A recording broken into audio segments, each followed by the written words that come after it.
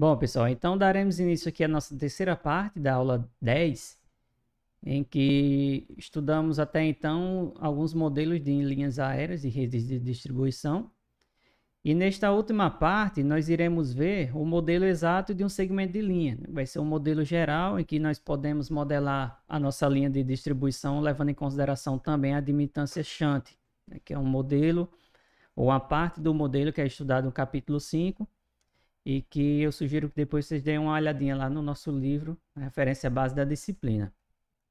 Então, nesse capítulo 6, que a gente vai ver esse modelo exato, ele aborda basicamente três submodelos dos segmentos de linhas, que é o modelo exato, que é o que nós iremos ver nessa aula. Tem o modelo também aproximado, que é um modelo em que ele desconsidera essas admitâncias shunts. Vocês podem ver aqui, que vocês já conhecem lá do modelo Pi. A gente já viu algo parecido quando a gente estava estudando as linhas de transmissão durante a graduação. E também tem outro modelo que ele chama de modelo aproximado, que é um modelo em que ele utiliza das impedâncias no domínio das componentes de sequência, que são aquelas impedâncias de sequência zero positiva que a gente viu na parte 2 desta aula. Então, basicamente, o que nós vamos ver nessa aula é a forma na qual nós iremos organizar as equações para a gente fazer uma análise adequada para o nosso tipo de método de fluxo de carga que nós vamos utilizar, que é a Ladder Iterative Technique, que é um dos modelos propostos por esse livro para a gente analisar os sistemas de distribuição. Então, a gente vai tentar aqui definir algumas equações que serão úteis no processo de varredura do sistema, que a gente vai realizar um processo mais à frente para a gente determinar as tensões em cada um dos nós, o barras do nosso sistema com base nessa varredura. Então, para que a gente possa definir as equações que a gente vai utilizar, primeiramente a gente tem que saber quais são as variáveis que estão disponíveis, que a gente pode associá-las por meio de matrizes e que essas matrizes, na verdade, sejam adaptadas ao tipo de fluxo de carga que a gente vai utilizar, como eu falei há pouco. Então, no nosso sistema, basicamente, nós vamos ter aqui novamente os nós N e M, com as correntes de entrada IA, IB e C. Agora, vale ressaltar que parte dessa corrente ela vai ser desviada para a nossa admitância shunt e parte vai prosseguir no ramo. Tá? A gente vai chamar essas correntes de correntes E-line A, B e C. Aqui a nossa impedância de cada trecho, as impedâncias mútuas. E as correntes que vão efetivamente seguir para o nó ou terminal M do nosso trecho sob análise. Lembrando que parte dessa corrente também vai ser desviada aqui devido ao modelo Pi, para a nossa admitância shunt, para a nossa segunda parcela. Então, para iniciar a nossa análise, o primeiro conjunto de equações que aparece aqui são as correntes E-line, que é a corrente que efetivamente vai percorrer o nosso trecho entre os terminais N e M, e que essas correntes, elas são iguais a quê? Elas são iguais às correntes que vão efetivamente fluir para o terminal M, mais a parte da corrente, ou a parcela da corrente que vai ser desviada através dessa admitância shunt. Tá? Então, essa corrente ela vai ser igual a essa parcela aqui, mais essa, ok? Então, na sua forma condensada, a gente observa aqui, a partir de uma análise para as correntes, a gente pode definir aqui uma relação entre essas três correntes. E utilizando a lei de Kirchhoff para as tensões, a gente vê que as tensões das fases no terminal N é igual às tensões das fases no terminal M, mais a queda de tensão que ocorre aqui no meu trecho. Então, essas duas equações elas podem ser relacionadas entre si. A gente relacionou aqui as correntes com relação a esses nós. A gente relacionou as tensões de cada um dos terminais e a queda de tensão que ocorre entre esses dois terminais. E o que é que a gente pode ver aqui, com base no que a gente já definiu, relacionando essas equações, a gente pode fazer o seguinte, a gente pode substituir essa parcela aqui dessa corrente E-line, que vai ser, no caso, a corrente que vai percorrer o nosso trecho, a gente pode substituir isso aqui dentro desta equação das tensões, e a gente vai obter esta terceira equação, que vai relacionar aí as tensões dos terminais, a impedância que a gente vai ter né, nos nossos trechos, né, das três fases, no caso. Isso aqui é uma matriz 3x3.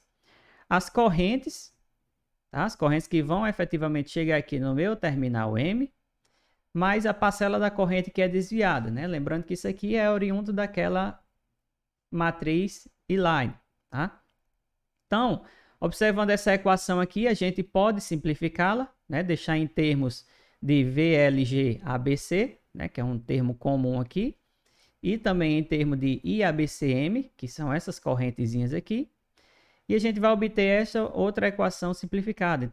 Então, analisando aqui a nossa equação, né? A gente tem aqui uma relação entre as tensões no terminal N com relação às tensões no terminal M e a corrente que vai chegar aqui no nosso segundo terminal no final do trecho, ok? Então, a gente pode simplificar a nossa equação, chamando aqui essas parcelas das nossas equações como sendo A e B, né? Em que A seria esse termozinho aqui que está entre as chaves, e B seria basicamente a impedância que a gente vai ter no nosso trecho. Na segunda parte, o que é que nós podemos fazer? Nós relacionamos aqui essa corrente line com a corrente que chega no terminal M do nosso trecho aqui, com a parcela que é desviada através da admitância shunt. Só que também a gente pode relacionar essa corrente line com a corrente que vai partir do terminal N. Okay? Então, basicamente, o que é que nós vamos ter? Nós sabemos que essa corrente que chega nesse ponto aqui, ou nesses pontos, elas são iguais às correntes que são desviadas para baixo, né, para a nossa admitância, e a corrente que vai percorrer o nosso trecho. Então, simplificando aqui na forma condensada, nossa corrente ABC do terminal N é igual à corrente line, que vai percorrer o nosso trecho, mais a parcela que é desviada na primeira parte aqui da nossa admitância shunt. Então, se a gente substituir o nosso E-line ABC do terminal M, que a gente viu no slide anterior, e a gente substituindo também o VLG ABC, né, que a gente já tinha definido, está aqui a nossa parcela VLG ABCN, e o nosso E-line a gente já tinha visto aqui também no nosso primeiro slide. Então, a gente pode substituir aqui as nossas matrizes nessa equação e a gente vai obter agora uma equação em que a nossa corrente que chega no terminal N é dependente de VLG ABC do terminal M e também das correntes que vão chegar nesse mesmo terminal e, obviamente, das impedâncias que estão nas três fases. Então, se a gente reorganizar a nossa equação e agrupar os termos em função de VLG ABCM, que seria a tensão nesse terminal, com IABCM, que é a nossa corrente que chega ao final do nosso trecho, no nó M, a gente vai ter agora, substituindo esse termo aqui por uma nova matriz chamada C e esse segundo termozinho por uma matriz chamada D, a gente vai ter essa equaçãozinha aqui simplificada, em que a corrente que parte do meu nó N é dada em função da tensão e da corrente que chega aqui em cada uma das fases do terminal N. Então, ó, a gente viu no slide anterior que a gente substituiu aqueles dois termos por A e B, e que aqui agora a gente tem o surgimento dos termos C e D, né, que são matrizes que vão representar estas equações. E isso se assemelha muito ao que a gente viu lá nas linhas de transmissão, né? Quando a gente faz essa análise de linhas de transmissão, aqueles quadripólios que a gente tinha as submatrizes A, B, C e D. Então aqui é bem parecido, né? Em que cada termozinho desse aqui vai representar uma matriz 3x3 e que a gente tem aqui a relação das tensões e correntes do terminal N com relação às tensões e correntes do terminal M, ok? Então, basicamente, a gente vai ter essa relação, só que, normalmente, o que é que nós vamos precisar fazer, né? A gente vai calcular os nossos parâmetros do nó M com relação aos dados conhecidos do nó N, tá? A gente vai trabalhar com o método de varredura que a gente vai precisar seguir essa sequência, né? Que a gente vai do tronco do alimentador ou da nossa subestação até os nós terminais.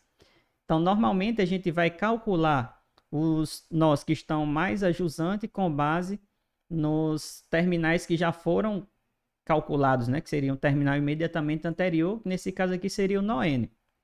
Então, para isso, Basta que a gente realize a inversa da nossa matriz com os elementos A, B, C e D, né, que são essas matrizes que a gente já viu anteriormente, e que isso é fácil de ser calculado, tendo em vista que o determinante dessa matriz, ela é dada pela matriz identidade. Então, não tem muita dificuldade em se calcular a inversa dessa matriz. Ok? Então, aqui agora a gente vê, né, a relação que a gente vai ter aqui entre os dados, né, que seria, no caso, as tensões e correntes no terminal N, com base, no terminal M, desculpa, com base nos elementos, né, que seriam as tensões e correntes do terminal N. Tá? Então, aqui, por exemplo, a gente tem que a tensão neste terminal, né, ou as tensões de cada uma das fases é dada por A, VLG ABCN, que é a nossa tensão nesse terminal, menos B, e a corrente que parte aqui do nó N. Tá? Então, se a gente tem um sistema de distribuição, a gente vai realizar um método baseado em varredura do sistema, a gente tem, por exemplo, uma primeira barra em que os dados são conhecidos ou são medidos, por exemplo. Então, a gente tem como calcular agora os parâmetros desse outro terminal com base nesses dados que são medidos. E quando a gente calcular agora essa tensão e essa corrente que chega aqui, a gente pode realizar o mesmo para outras barras que estão adjacentes desse ponto. Então, é por isso que a gente faz essa inversão, tá? Para que a gente possa calcular isso aqui com base nisso.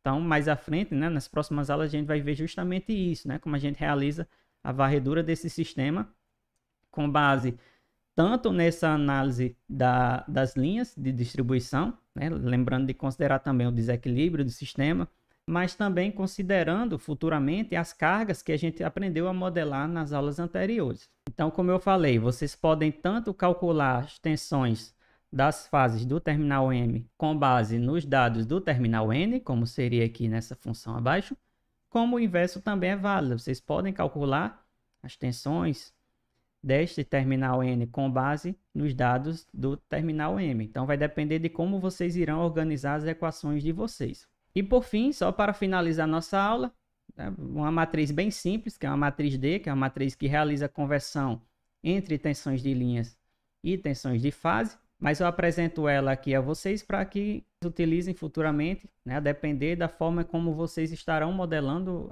o sistema de vocês e como vocês vão utilizar essas tensões, né, se é tensão de linha ou tensão de fase. Então, se vocês, por um acaso, precisarem trabalhar com tensões de linha, então, a partir das tensões de fase, realizam aqui essa multiplicação dessa matriz 3×3 com esse vetor dessas tensões que contém os valores de fase, do terminal M aqui, nesse caso, né? Mas que é bem simples, né? A lógica dela é bem simples. VAB é igual a tensão VAG menos a tensão VBG.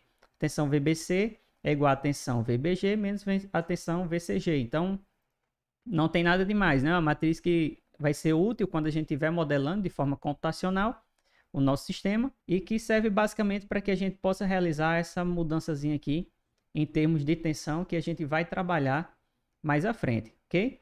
Então essa aula era bem simples, era só para mostrar a vocês esta última parte, né? A terceira parte da nossa análise de linhas de distribuição. A partir da aula que vem a gente vai começar a modelar os nossos transformadores, né? E a partir daí fica bem próximo já do nosso primeiro contato, né, da ferramenta computação para que a gente possa modelar o nosso primeiro sistemazinho e que a gente realize o nosso fluxo de carga específico para redes de distribuição, ok? Então, se tiverem alguma dúvida, entrem em contato comigo no grupo da turma ou manda e-mail que a gente vai se comunicando e sanando aí possíveis dúvidas que vocês possam ter. Então, espero que vocês tenham gostado dessa aula 10, né, que ficou um pouco longa, tanto é que a gente dividiu em 3 partes. E bons estudos, até a próxima.